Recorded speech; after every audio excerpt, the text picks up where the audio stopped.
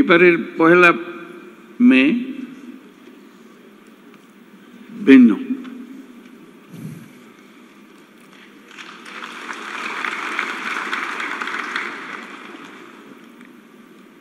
সেটা তো অভ্যুত্থানের মাধ্যমে যে সুযোগ আমাদের সৃষ্টি হয়েছে, সেই সুযোগ এই পরিস্থিতির আয়োজন করে দিয়েছে আমাদের কাছে।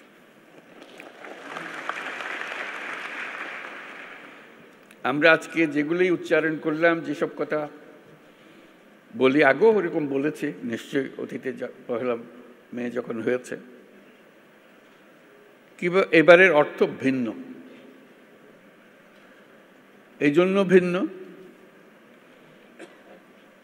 আমরা এই প্রতিশ্রুতি নিয়ে সরকার যাত্রা শুরু করেছে, যেটা ছাত্র, শ্রমিক এবং জনগণের অভ্যুত্থানের মাধ্যমে যেটা আকাঙ্ক্ষা সৃষ্টি হয়েছে, নতুন বাংলাদেশ গড়া। এই নতুন বাংলাদেশ হবে না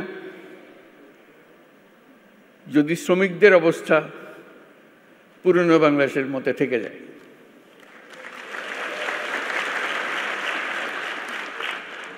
কাজে এটা আমাদের সবার দায়িত্ব, যারা এই নতুন বাংলাদেশে বিশ্বাস করি,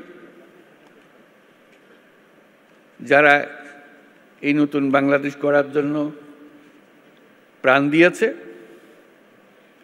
যারা নতুন বাংলাদেশ গড়ার জন্য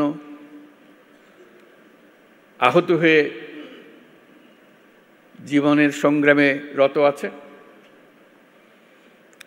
আর যারা তাদের প্রতি সমর্থন দিয়েছে। এটা আমাদের দায়িত্ব এবং একই সঙ্গে এটা আমাদের মস্ত বড় সুযোগ। এরকম আকাঙ্ক্ষা আগে কোনোদিন একযোগে এত কঠোরভাবে সৃষ্টি হয়নি, আজকে যেভাবে সৃষ্টি হয়েছে।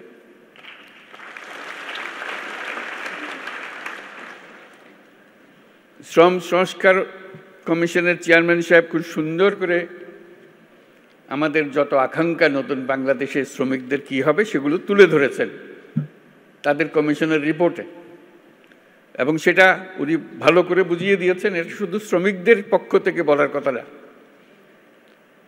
সকল পক্ষকে নিয়ে, সকল পক্ষের অংশীদারিত্বে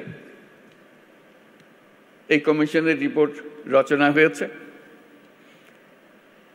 তারা যেসব কথা বলেছেন, যেসব সুপারিশ করেছেন, আমি ব্যক্তিগতভাবে অভিভূত হয়েছে। এত সুন্দর করে এত কঠিন বিষয়গুলোকে তুলে ধরেছে।